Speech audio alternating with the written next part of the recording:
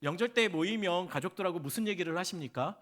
저희 할머니는 평생 소원이 있으셨습니다. 어떤 소원이었냐면 삼촌들이 안 믿었어요. 그래서 좀 교회를 다니라고 늘 이렇게 삼촌들에게 전도를 하셨죠. 그래서 명절 때는 삼촌들이 다 모였으면 예배드리자 하면 그때부터 이제 삼촌들은 전부 다 이렇게 나가시고 딴짓 하시고 막 그러시다가 결국은 다 잡혀서 이렇게 같이 앉아 있을 때 이렇게 예배를 시작하려고 하면 삼촌들이 그때부터 그 할머니 교회에 좀 문제들이 조금 있었습니다. 어려움들이 있었는데요. 할머니 교회 뭐 요즘 그렇다며 막 이 할머니 교회 다니시는 교회의 어려움들 얘기들을 막 얘기해요.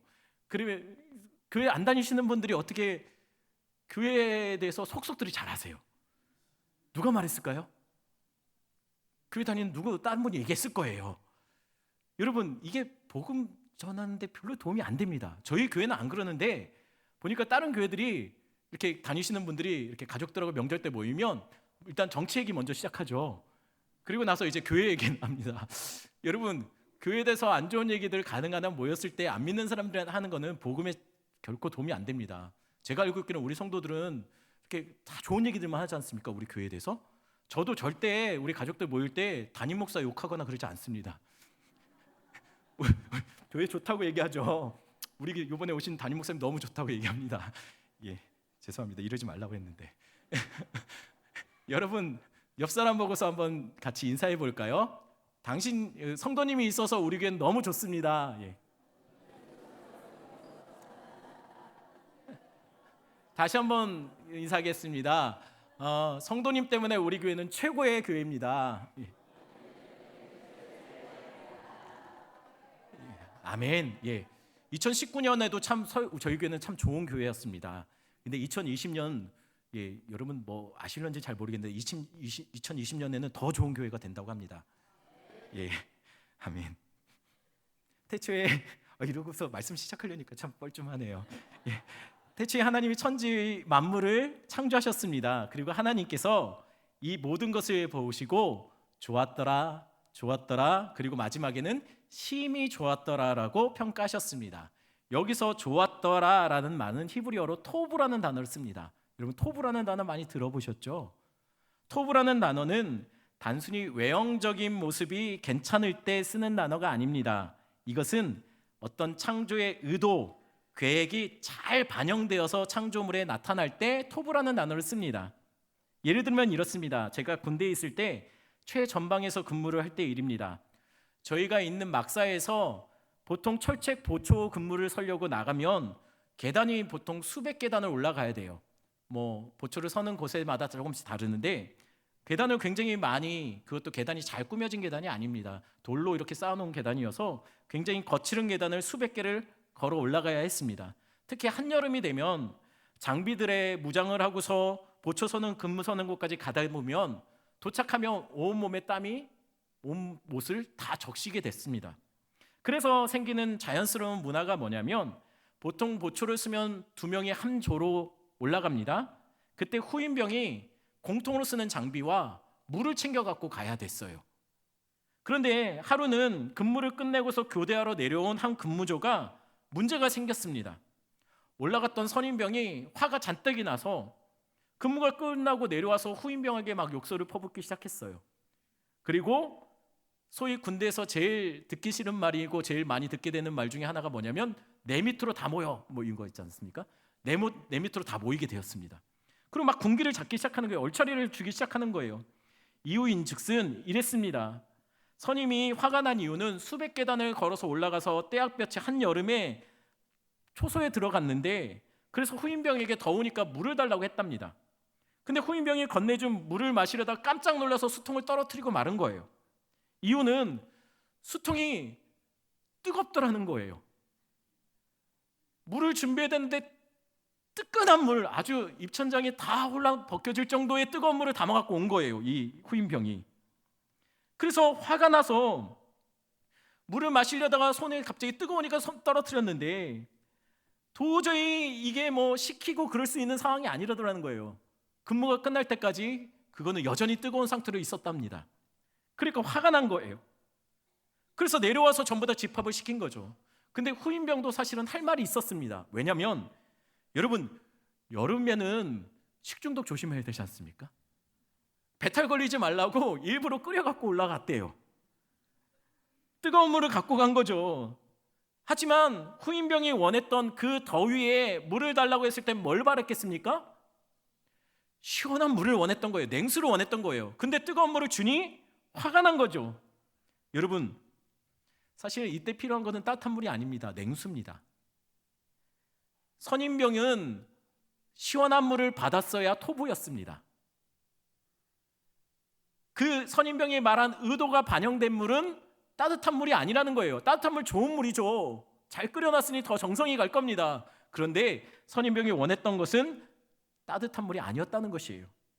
하나님이 세상을 보시며 좋았더라고 평가한 것에는 단지 외형적인 좋음만을 의미하는 것이 아니라 그 속에 하나님의 계획과 의도가 잘 반영되고 있다는 의미예요.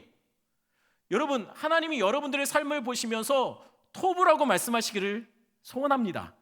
그것은 내가 원하는 대로 내 좋은 대로 삶을 살고 있을 때가 토부가 아니에요. 하나님이 여러분들에게 향하신 계획과 목적에 맞게 삶을 살아갈 때 그때가 토부가 되는 거예요. 하나님은 세상을 토부라고 말씀하셨습니다. 그러나 다 토부였던 것은 아니었어요. 유독 한 가지 하나님이 좋다고 말하지 않는 한 가지가 있었습니다. 하나님이 의도하신 바가 아직도 제대로 표현되지 않고 있는 영역이 있었다는 것이죠. 그것이 무엇일까요? 18절 말씀 한번 같이 보겠습니다. 한 목소리로 읽습니다. 여호와 하나님이 이르시되 사람이 혼자 사는 것이 좋지 아니하니 내가 그를 위하여 돕는 배필을 지으리라 하시니라. 18절에 보니까 토부가 아닌 것이 하나 있었습니다. 뭡니까? 사람이 혼자 사는 것은 토부가 아니라는 것이에요. 그것은 하나님이 의도한 것이 아니라는 것이에요. 아니, 처음부터 그러면 짝으로 만들지 왜 남자를 먼저 만들었을까요? 그러고서 남자에게 무슨 말을 했죠? 생육하고 번성하여 땅에 충만하라고 말해요.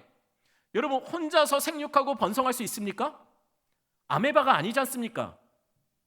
우리는 혼자서 생육하고 번성할 수 없습니다.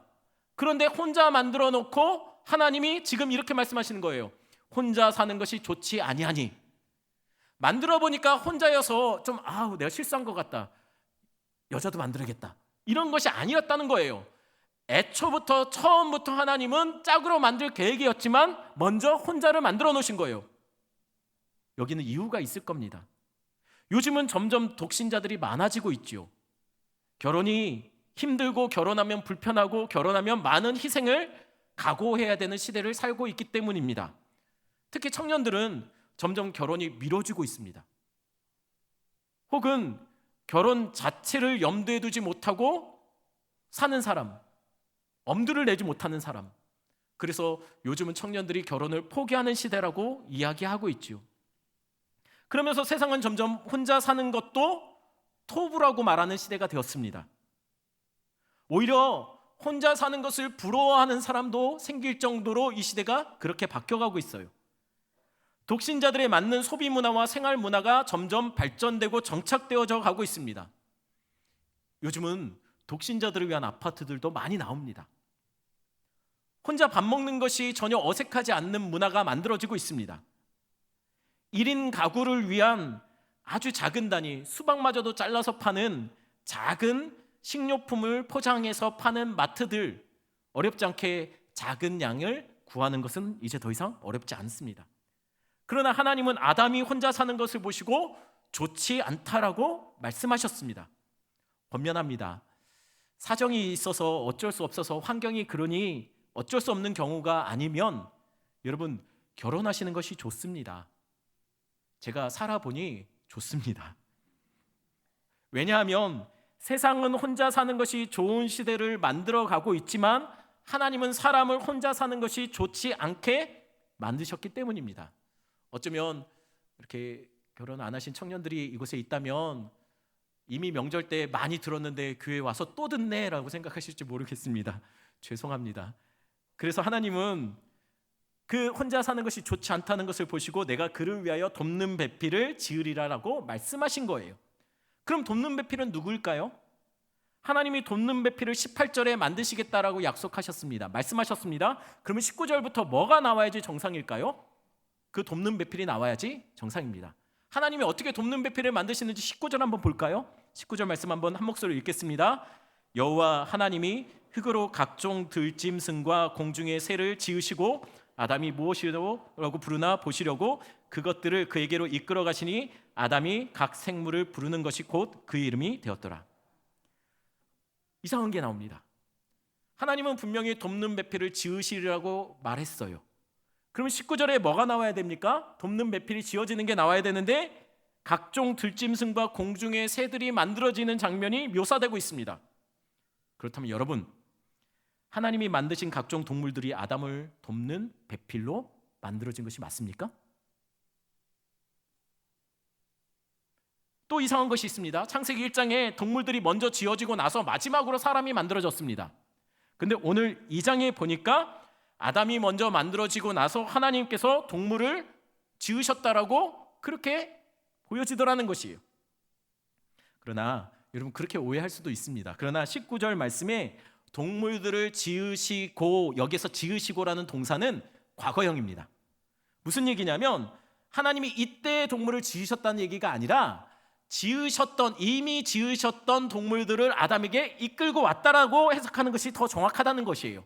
그러니 18절에 하나님이 돕는 배필을 지으시리라 선언하고 19절에 나오는 짐승들을 지으셨다는 이 기록을 가지고 하나님이 아담을 위해서 각종 짐승들을 돕는 배필로 만들었다고 해석하면 안 된다는 얘기예요. 한때는 여러분, 한국 사회가 대가족을 중심으로 가정이 이루어졌었죠. 근데 점점 핵가족이 되더니 이제는 1인 가족들, 가구들도 생겨나기 시작했습니다. 그러면서 가족이 없는 외로움들을 요즘 한국 사회가 애완동물을 키우면서 그 외로움을 채워가는 사람들이 많아지고 있습니다. 그것이 문제라는 얘기는 아닙니다. 오해하지 마십시오. 그래서 요즘은 애완동물이라는 말보다는 이런 단어를 주로 사용합니다. 반려동물이라고요. 주로 배우자에게 사용했던 반려자를 이제는 동물들에게 사용해서 반려견 또는 반려묘 등이라고 부르고 사용하게 됐죠. 그래서 종종 요즘 목회자들이, 실제로 제 주변의 목회자들이 당황스러운 경험들을 하게 됩니다. 그것은 뭐냐면 그 반려견의 임종을 앞두고 종종 목사님들한테 연락을 하는 성도들이 있다고 합니다. 저는 아직 경험해보지 않았는데 앞으로도 계속 안 경험했으면 좋겠습니다. 반려견을 위한 임종 예배 혹은 장례 예배를 집내달라는 요청이지요. 심지어는 우리 강아지가 천국에 갈 수 있도록 기도해달라고 하는 분도 있습니다. 그럼 가서 목사는 반려동물을 위해서 영접 기도를 시켜야 되나요? 여러분, 이거 참 난감한 문제입니다. 그래서 여러분, 우리 성도들 제가 미리 말씀드립니다. 혹시 그런 상황이 있으면 많이 마음이 슬프고 외롭고 그렇겠지만 제가 그래서 그 성도를 위해서 위로하기 위해서 기도는 해드릴 수 있습니다. 하지만 저에게 반려견을 천국 갈 수 있도록 영접 기도를 시켜달라느니 장례 임종 예배를 좀 집내달라고 하시면 제가 지금 미리 말씀드립니다. 저는 정중히 사양하겠습니다. 그래도 괜찮겠습니까? 가하시면 네 하십시오. 아니면 아니라고 말씀하십시오. 안 할 겁니다. 기도해달라고 하면 슬픔 때문에 제가 기도는 해드리겠습니다. 주요가 하나님이 돕는 배필을 만드시겠다고 하시면서 각종 짐승들을 아담에게 이끌고 가셨다는 것은 결코 아담을 돕는 배필로 지으셨다는 얘기는 아니에요. 제가 오늘 설교를 준비하면서 한 국민일보에 나온 어떤 목사님이 내셨던 기사글을 보게 되었습니다. 그분은 하나님이 돕는 배필을 지으시리라 라고 하고 각종 짐승들을 지으셨다는 것을 보면서 하나님이 짐승들도 동물들도 사람에게 돕는 배필로 지으셨다, 그러니 그들과 함께 이 땅에서 공존하며 잘 살아야 된다라는 내용의 글을 쓴 것을 제가 봤습니다. 그러나 아닙니다. 그분 잘못 해석하신 거예요. 하나님은 동물들을 돕는 배필로 아담에게 데려가신 것이 아닙니다. 그럼 왜 하나님은 아담에게 그 짐승들을 이끌고 가셨을까요? 20절 말씀 한번 같이 읽어볼까요? 20절 말씀입니다. 아담이 모든 가축과 공중의 새와 들의 모든 짐승에게 이름을 주니라. 아담이 돕는 배필이 없으므로. 아담에게 짐승들을 봤는데 그 안에 돕는 배필이 없다는 것을 알게 하시려고 일단은 먼저 보내셨다는 거예요. 또한 아담에게 이름을 짓도록 하기 위해서 동물들을 이끌어 가신 겁니다. 여러분, 이름 짓는다는 것의 말의 의미가 무엇일까요? 그것은 소유권입니다. 통치의 권한이죠. 종종 제가 어렸을 때 저희 아버지가 어느 날 어머니가 어느 날 강아지를 하나 갖고 들어오셨어요. 그리고서 저희들한테 제 앞에 놓으시면서 뭐라고 했냐면 이름 뭘로 지을래? 라고 했습니다. 이 얘기는 뭐죠?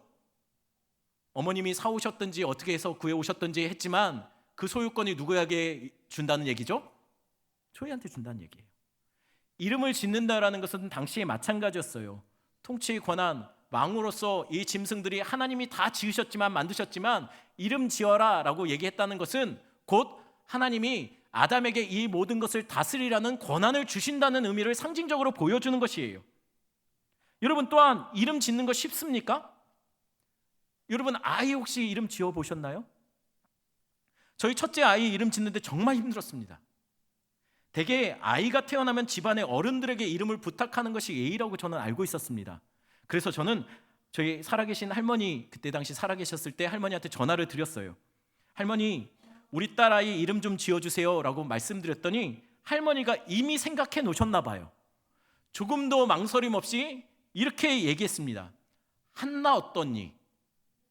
혹시 여기 한나 있으면 용서해 주십시오. 그 이름이 나쁘다는 얘기가 아니고 제가 뭐라고 말씀드렸겠습니까? 할머니, 제가 다녀본 모든 교회는 하나님만 계신 게 아니고 한나도 있었습니다. 교회들은 적어도 한나가 한 명 이상은 있습니다. 한국 교회 숫자보다 한나는 더 많습니다. 그랬더니 할머님이 다시 이렇게 말씀했어요. 그럼 한나가 아니면 두나는 어떨까? 저는 농담하시는 줄 알았어요. 저희 할머님이 참 재밌으셨거든요. 근데 진심으로 할머님이 두나를 말씀하시는 거예요. 그래서 제가 할머니 기도해 보겠습니다 하고 끊었어요. 여러분, 이름 짓는 거 쉽지 않습니다. 그 이름을 짓는다는 것은 그 아이가 어떻게 자라줬으면 좋겠나, 그 바람도 그 이름 속에 담겨져야 하죠. 일단 부르기는 쉬워야 합니다. 발음이 어려우면 안 돼요. 튀면 안 되지요. 하지만 평범하면 안 됩니다. 특별해야 되지만 특이하면 안 됩니다. 어중간하지 않으면서 다른 사람하고 겹치지 말아야 됩니다. 그래서 쉽지 않아요. 저는 그 아이가 태어나고 출생 신고할 때까지도 이름이 정확하게 지어지지가 않았었어요. 우리 집사람이 이름을 하나 대면 좋은 이름이라고 나름대로 생각해서 말을 하지만 저는 내가 아는 누구 이름하고 같네. 또 제가 좋은 이름을 대면 저희 집사람도 그건 내가 아는 사람 누구하고 같은데. 여러분, 이름 짓는 게 쉽지 않아요. 좀 특별하면서 특이하면 안 되고 어중간하면 안 되고 여러 가지 하여튼간 이름이 복잡해요. 하루 종일 아담이 동물들의 이름을 지을 때 무슨 마음이었겠습니까? 아마 굉장한 스트레스였을 겁니다. 또 그 특징들을 잘 뽑아내서 이름을 지어야 될 거 아닙니까? 기린 얼마나 좋습니까? 진짜 이름 자체에 목이 긴 것 같지 않습니까? 기린을 보고서 쇠양지라고 이름을 지었으면 어색하죠.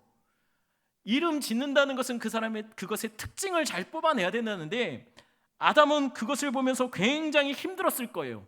스트레스가 됐을 겁니다. 그러면서 누군가 도와줬으면, 하나님은 왜 안 돕고 나한테 이걸 다 시켜? 이러지 않았을까요?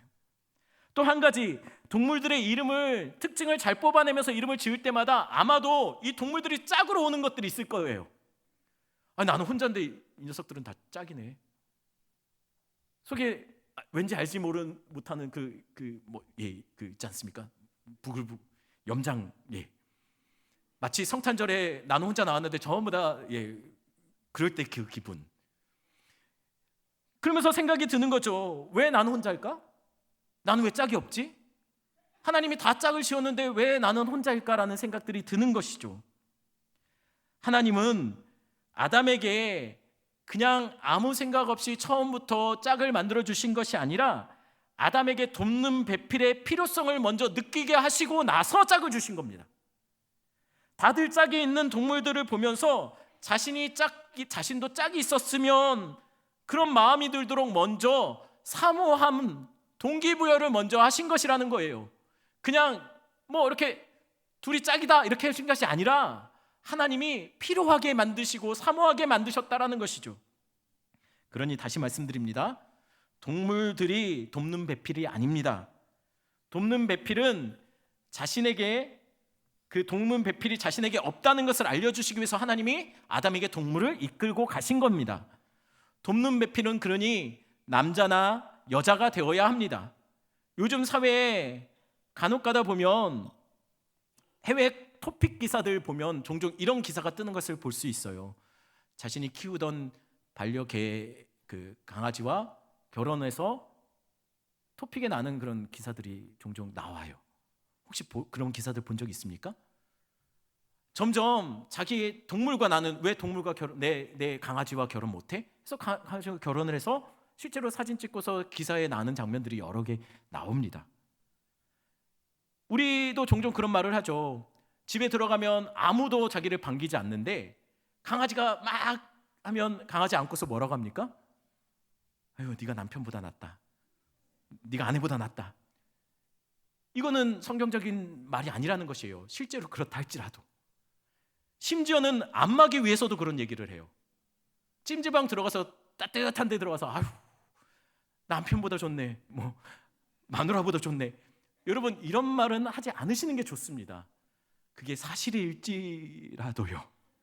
함부로 말하면 안 되는 겁니다. 하나님이 그렇게 우리를 창조하지 않으셨습니다. 자, 이제 아담도 돕는 배필에 대한 관심과 필요성에 대해서 눈뜨게 되었습니다. 그럼 이제 하나님은 더 기다리실 필요가 없게 된 겁니다. 이제 하나님도 아담을 위해서 배우자를 만들어 그에게 소개할 때가 된 것이에요. 그럼 하나님은 어떻게 돕는 배필을 만드셨을까요? 흙이 많지요. 흙을 빚어서 아담처럼 만들면 되지 않겠습니까? 그런데 하나님은 이번에는 조금 다르게 만드셨어요. 21절 말씀 같이 볼까요? 21절 말씀 한 목소리 읽겠습니다.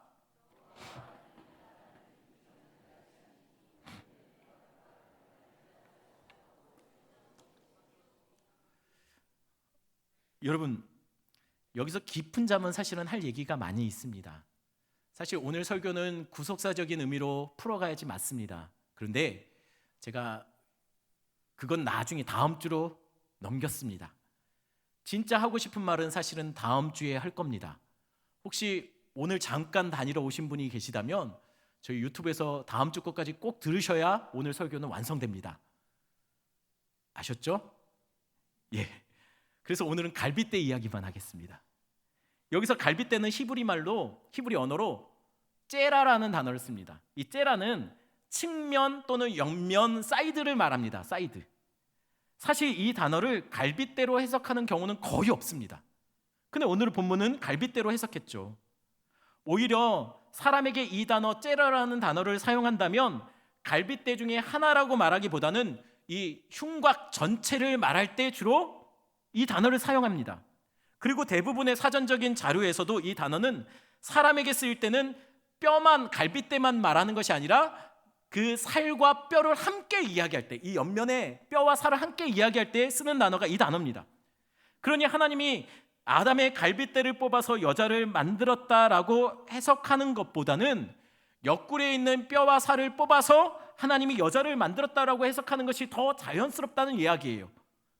그렇게 놓고 보면 23절에 이렇게 말한 것이 이해가 되는 거죠. 23절 말씀 같이 한번 보겠습니다. 아담이 이르되 이는 내 뼈 중에 뼈요 살 중에 살이라. 이것을 남자에게서 취하였은즉 여자라 부르리라 하니라. 아담은 흙에서 만들어졌습니다. 여자는 남자의 옆구리의 뼈와 살로 만들어졌습니다. 이렇게 하나님은 돕는 배필로 여자를 만드신 겁니다. 그럼 지금부터 가장 목회자들이 설교하기 힘든 부분, 가장 민감한 부분들을 이야기할 겁니다. 바로 돕는 배필을 어떻게 이해해야 되냐라는 것이죠. 하나님은 여자를 돕는 배필로 만드셨습니다. 여기서 먼저 돕다라는 단어를 먼저 보겠습니다. 여기 돕다라는 단어는 에젤이라는 단어를 씁니다. 히브리 말로 에젤. 이 단어는 헬퍼라는 뜻이죠. 돕는 자란 뜻이에요. 이렇게만 놓고 보면 왠지 여자가 남자에게 귀속되어 있는 것 같은, 여자가 남자를 섬기는 어떤 종과 주인의 역할인 것처럼 그렇게 이해될 수도 있습니다. 남자분들은 그래서 이 단어를 이렇게 해석을 하고 싶어 하십니다. 여자는 남자를 돕는 자로 만들어졌으니 남성이 여성보다 지위상 위다. 제가 여기서 설교를 끝내면 목사도 남자라고 생각하실 거죠. 그러나 여기서 돕는 자라는 헬퍼라는 단어, 에젤이라는 단어는 사실은 대개 자기보다 하위에 있는 사람한테 성경에서 쓰이지 않습니다. 되게 더 신분이 높은 자들에게 주로 많이 쓰입니다. 그리고 이 에젤이라는 단어를 지칭하는 대상, 가장 많이 지칭하는 대상은 성경에 누구냐면 하나님이십니다. 하나님이 우리를 돕는 자라는 것이에요. 이 에젤이라는 단어를 보혜사 성령님을 우리 히브리 단어로 쓸 때 에젤이라는 단어를 주로 씁니다. 그러니 하나님이 에젤이니 여성이 에젤이라는 단어를 썼다고 해서 남성보다 더 밑이라고 얘기하면 안 된다는 것이에요. 또 한 가지 기억해야 될 것이 있습니다. 돕는 자가 여러분 더 일반적으로 능력이 있습니까? 아니면 도움을 받는 자가 더 능력이 있습니까? 예, 여성들만 얘기하겠습니다. 돕는 자가 더 능력이 뛰어난 거죠. 그래서 하나님은 여자를 남자보다 더 섬세하고 더 꼼꼼하게 만드신 것 같습니다. 꼼꼼한 성격으로.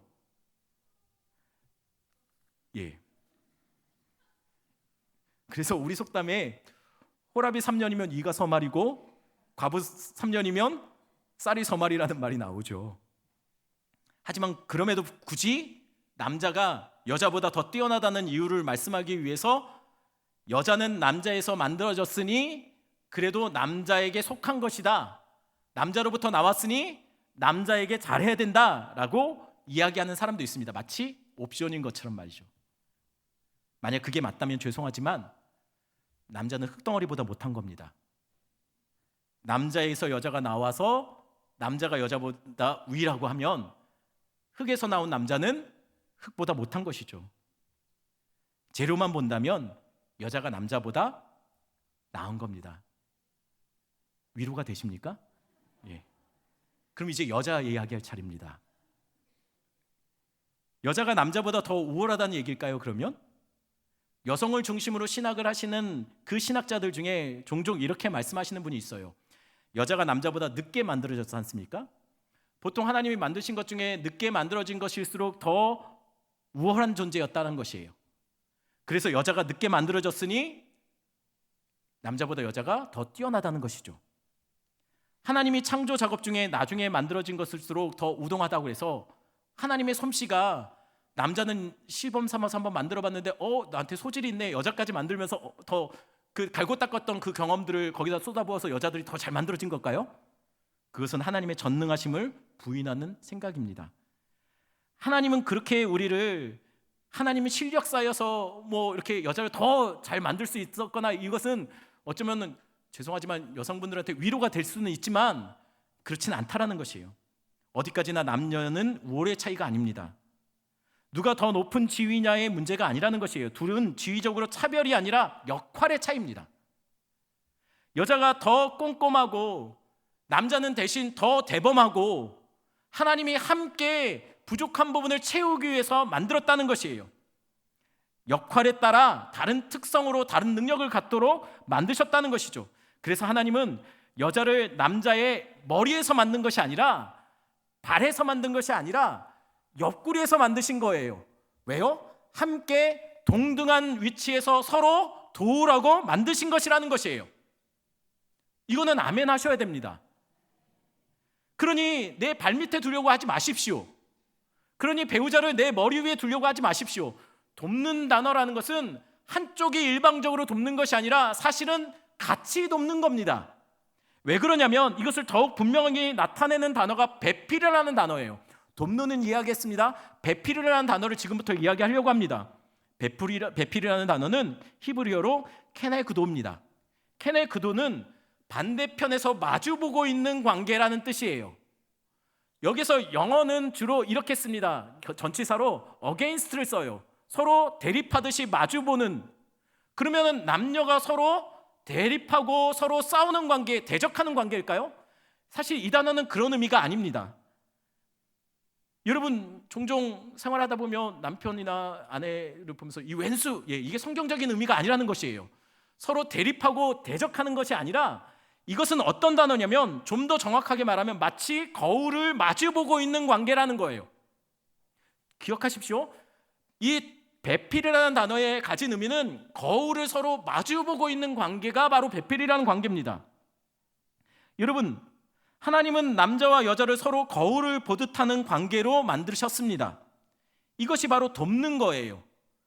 마치 서로가 거울을 보듯이 마주봄으로 서로가 서로를 돕는, 그것이 바로 돕는 배필이라는 것입니다. 여러분, 거울을 왜 봅니까? 여러분, 거울을 왜 보죠? 내가 너무 대단해서 그거 확인하려고 거울을 봅니까? 아침에 일어나서 거울을 보면서 와, 이렇게 멋있다니, 뭐야, 이렇게 이뻐도 되는 거야, 참 너란 녀석은, 막 이런 분이 계십니까? 이런 분은 거울을 보실 게 아니고 의사를 보시러 가야 돼요. 여러분, 제가 담당했던 청소년 아이들 중에 이런 아이들이 많았어요. 제가 중학교 사역을 하면서, 중학생들 사역을 하면서 참 이해가 안 되는 아이들의 행동이 이런 행동이들이었습니다. 갑자기 아이들, 여학생들이 특히 예배 시간에 화장실 좀 가겠다고 나가요. 그리고 나서 봤더니 전부 다 돌아오질 않는 거예요. 그래서 봤더니 전부 거울 앞에 있어요. 뭔지 모르겠지만 거울 앞에서 많이 바빠요, 애들이. 그리고 막 거울에 말 걸어요. 자기가 무슨 백설공주도 아니고 막 거울하고 말을 해요. 대화를 해요.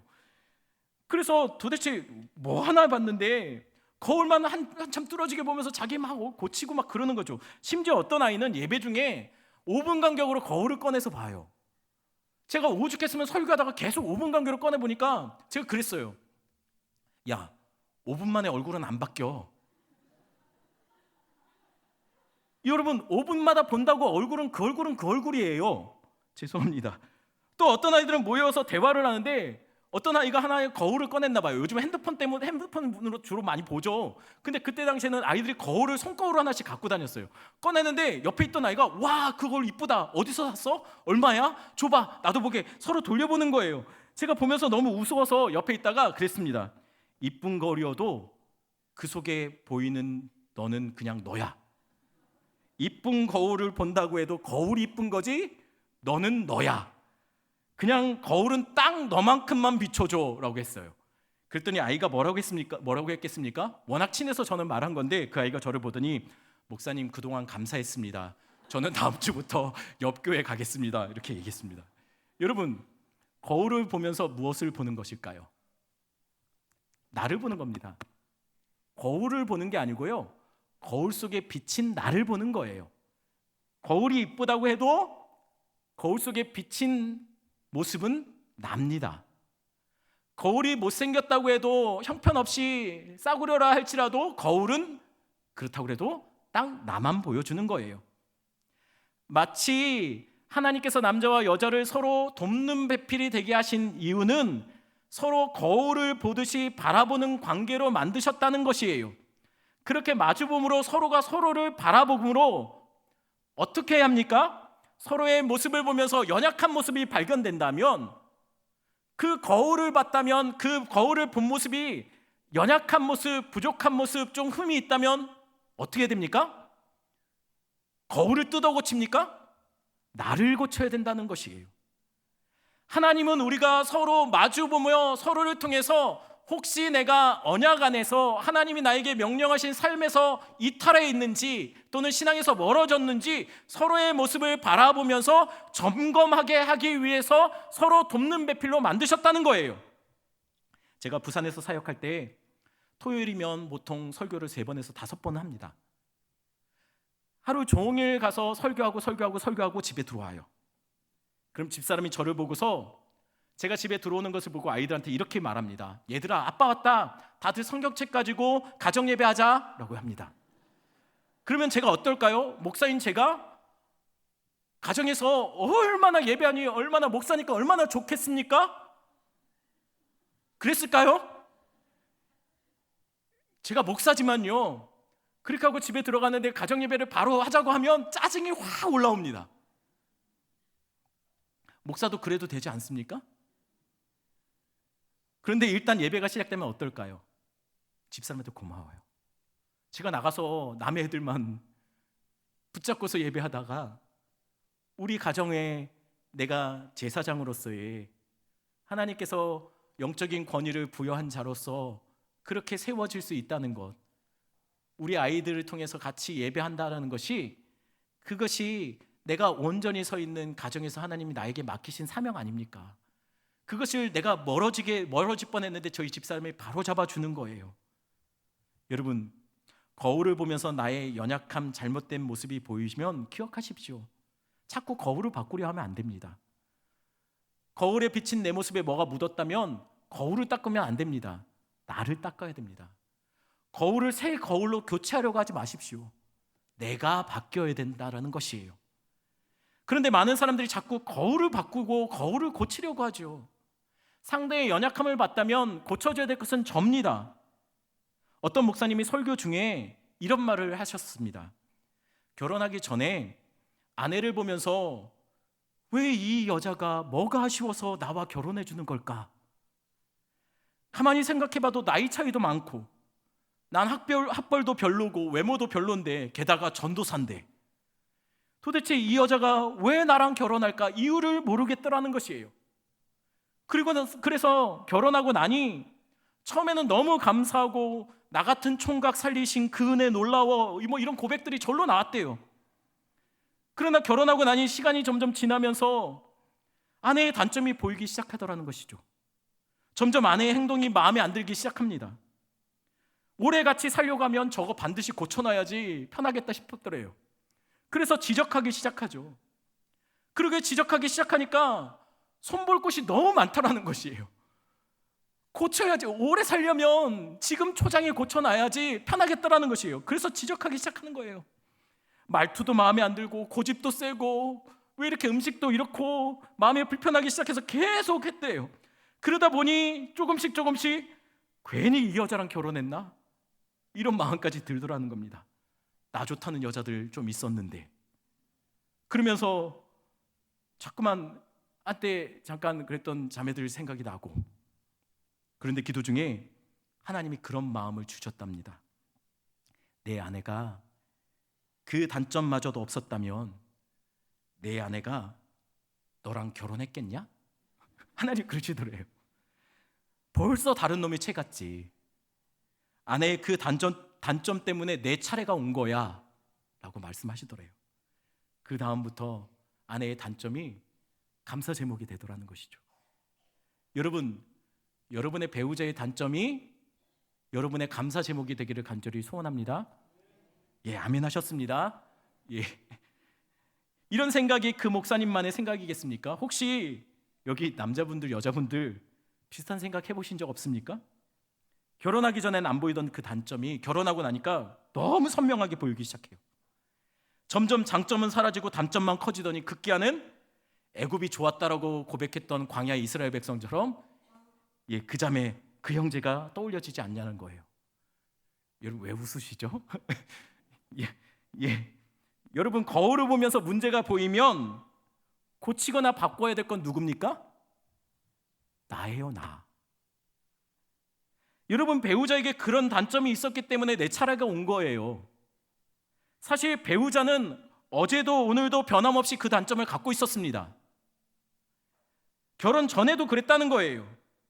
단지 우리가 그 문제를 보지 못했거나 아니면 봤음에도 그것을 문제 삼지 않았다는 거예요. 왜죠? 충분히 덮어줄 수 있었으니까. 충분히 내가 그 모습마저도 사랑스러워 보였으니까. 밥 먹다가 여기 밥풀 묻은 것도 이뻤으니까. 근데 결혼하고 나니까 여기 붙은 거 보면 칠칠치 못한 거죠. 여러분, 그때는 그랬는데 지금은 이렇다는 것. 여러분, 배우자는 안 변했습니다. 누가 바뀐 거예요? 내가 바뀌었다는 거예요. 충분히 그 단점조차도 내가 품고 덮어줄 수 있다라고 여겼는데 결혼하고 나서 그게 아니더라는 것이죠. 도대체 이해가 안 되는 행동과 말투를 보이기 시작하는 것. 다시 말하지만 배우자의 그 모습은 결혼 전에도 어제도 오늘도 한결같습니다. 내가 바뀐 겁니다. 배우자가 변한 것이 아닙니다. 배우자를 보는 내가 바뀐 겁니다. 왜냐하면 배우자는 나의 거울이기 때문입니다.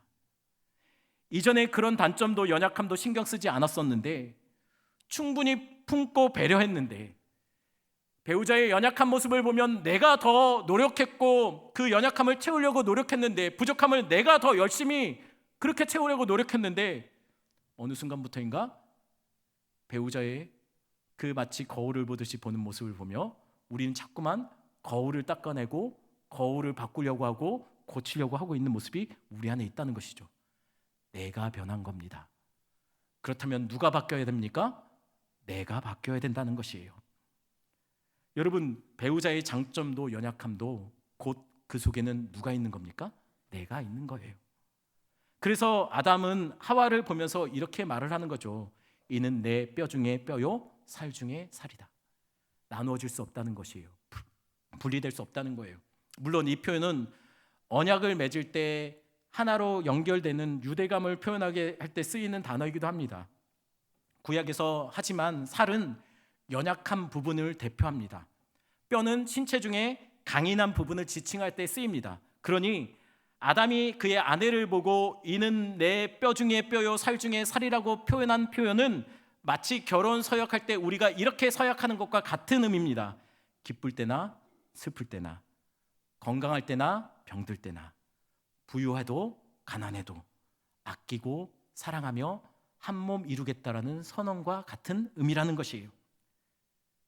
강할 때는 나이지만 연약할 때는 내가 아니면, 이거는 하나님이 원하시는 결혼의 의미가 아니라는 것이에요.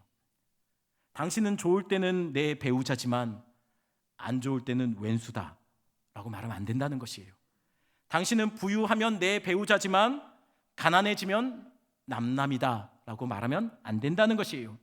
비천해도 풍요해도 높아져도 낮아져도 당신은 곧 나와 나누어 줄 수 없는 한 몸이라는 것을 고백한 것이 이 고백이라는 것이에요. 그러니 서로가 서로를 평가하고 비난하고 함부로 대하고 때로는 언어로, 때로는 물리적인 폭력으로 나를 남처럼 대하는 행동, 혹시 이 중에 있다면 권면하기는 이제 그만 하시면 좋겠습니다. 그것은 배우자를 욕보이는 것이 아니라 나를 욕보이고 나를 상처 주는 거예요. 배우자에게 상처를 주고 비난하면 상대만 다치는 거 아닙니다. 나도 다칩니다. 그리고 우리의 가정이 깨어지게 되는 거예요. 한쪽만 아파하는 한 몸은 없습니다. 한쪽이 아파지면 다른 쪽도 상처받고 힘들어지는 거예요. 그러니 여러분들 서로에게 서로가 진짜 돕는 배필의 모습을 보여주길 간절히 소원합니다. 여러분, 하지만 진짜 돕는 배필의 모습은 혹여나 이 중에 홀로 되신 분들, 또는 가정이 깨어지신 분들, 또는 함께하고 있지만 보여지기는 함께 살고 있지만 이미 정서적으로 감정적으로 이미 헤어진 것처럼 살고 있는 가정들이 있다면, 여러분, 성경은 우리에게 진짜 돕는 배필이 누구인지를 말씀해 주고 있습니다. 비록 나의 배우자가 나에게 상처 주고 힘들게 하고 나를 떠나갔다 할지라도 기억하십시오. 성경은 사실은 가정을 통해서 진짜 보여주고 싶어하는 진짜 배우자는 우리의 남편, 우리의 아내가 아니라 바로 예수 그리스도시라는 사실입니다. 진짜 우리의 신랑 되시는 예수님은 여러분들의 연약함을 정죄하지 않습니다. 진짜 부정한 삶과 영적인 간음을 그분은 비난하거나 고소하지 않습니다. 대신 우리의 연약함을 보시고 그 죄를 보시고 아파하시는 분이 우리 주님이십니다. 우리보다 우리의 아픔과 절망에 더 힘들어하고 고통스러워하시는 분이 그분입니다. 때로는 우리의 가정 속에 당하는 상처들로 인하여 깨어진 가정들, 그 아픔들 때문에 더 힘들어하시는 분이 우리 주님이시라는 거예요. 우리를 죄악 중에 거하시는 것을 그분이 참지 못해 우리 대신 십자가를 지신 분이 바로 그 주님이시라는 거예요. 심판하고 정죄하지 않고 그분은 우리의 죄를 지고 심판당하시고 정죄당하셨다는 거예요. 권면하기는 부부는 서로 돕는 배필이 되어야 합니다. 서로의 모습을 보며 나를 바꿔가고 서로의 부족한 모습, 연약한 모습 때문에 기도하며 그 부족한 모습을 채워주고 덮어주기 위해서 날마다 몸부림치는 자, 그런 자가 되기를 간절히 축원합니다. 여러분, 서로를 보면서 비난하고 더 낮추고 헐뜯는 모습보다 그 모습, 그 부족한 모습 때문에 더 기도하게 되고, 더 사랑하게 되고, 더 낮아지고, 더 겸손하게 연약함을 품어주는 그런 배우자가 되기를 간절히 축원합니다. 약할 때도 강할 때도, 연약해도 부족해도, 넘쳐도 넉넉해도 서로가 서로에게 돕는 배필로 그렇게 삶을 살아가시는 오산제일교회 성도님 되기를 간절히 축원합니다. 혹여나 이 중에 가정으로 인해서, 배우자로 인해서 홀로 되셔서 깨어진 가정, 상처 입은 분들이 있다면, 우리 영원히 우리를 버리지 않고 우리와 함께 하시고 우리를 위로하시고 우리의 연약함을 드러내시지 않고 덮어주시고, 심지어는 우리 때문에, 우리의 연약함 때문에 그 목숨까지도 내어주신 우리 주님, 우리 예수 그리스도, 그분으로 인해서 위로받는 여러분 되기를 간절히 축원합니다. 그분이 우리의 진정한 치유자 되십니다. 진정한 남편 되십니다. 이 이야기는 다음 주에 이어서 하겠습니다. 우리 찬양하며 우리 기도하는 시간을 갖겠습니다.